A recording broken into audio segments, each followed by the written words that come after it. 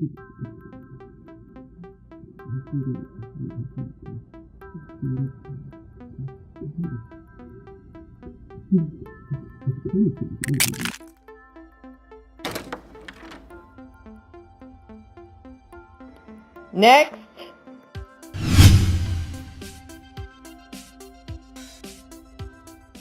Hi, I'm Dr. Julie Bruno.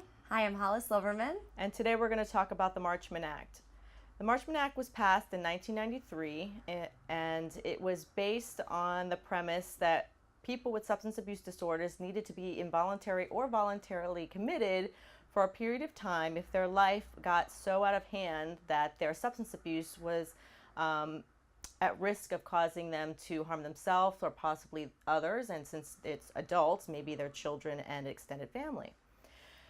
What it entails is the first process is that somebody that the individual knows, a lawyer, a doctor, a family member, it can't be somebody miscellaneous, it can't be a disgruntled boss, but someone that they know intimately, asks the court to bring the individual forward for an evaluation.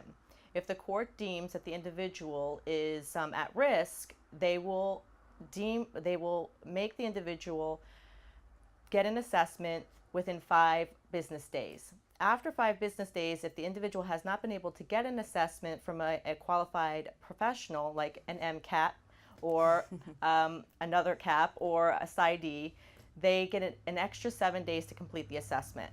At that time, all parties present themselves to the judge, and the judge will decide if the individual has to be civilly committed for 60 days into inpatient treatment.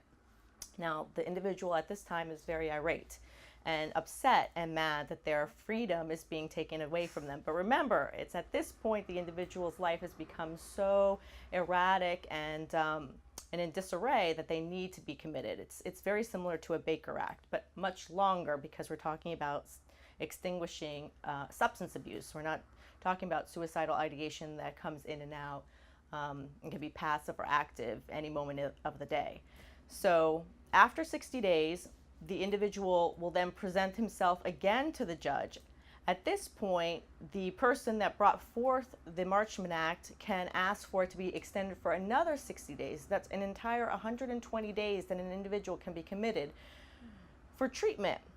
Now, after the 120 days, there are no more extensions. So that individual is then released into the community. Now, here's the caveat. If the individual tells the judge, I don't want to go into treatment, I don't think I need treatment, and the judge says, I think you do need treatment and I am commanding you to seek treatment, and that individual says, I am not going, then the individual actually goes to jail. So there's only 2 choices for the individual at this point, which anyone who has dealt with somebody who has a severe addiction understands that they need to be placed in that kind of situation in order for them to really take a hard look at themselves and realize that their substance abuse is causing irrevocable damage to their lives and the lives around them. And so most of them end up going into treatment. However, there are those that will then have this revolving door, and this is a lot. Creates a lot of fear in the person invoking the Marchman Act. They don't want to see their loved one go to jail, but remember, if you're getting to the point where you need to have a Marchman Act, you'd rather have your loved one in jail than dead, and that really is when you would invoke the Marchman Act, is when you fear for the life and safety of your loved one. Absolutely. And with the Marchman Act, if somebody's coming from even out of state, because this is a Florida statute, so I think once that they come into Florida, they can ask for and get the Marchman Act. And they have them in many states, but not in all states. Exactly.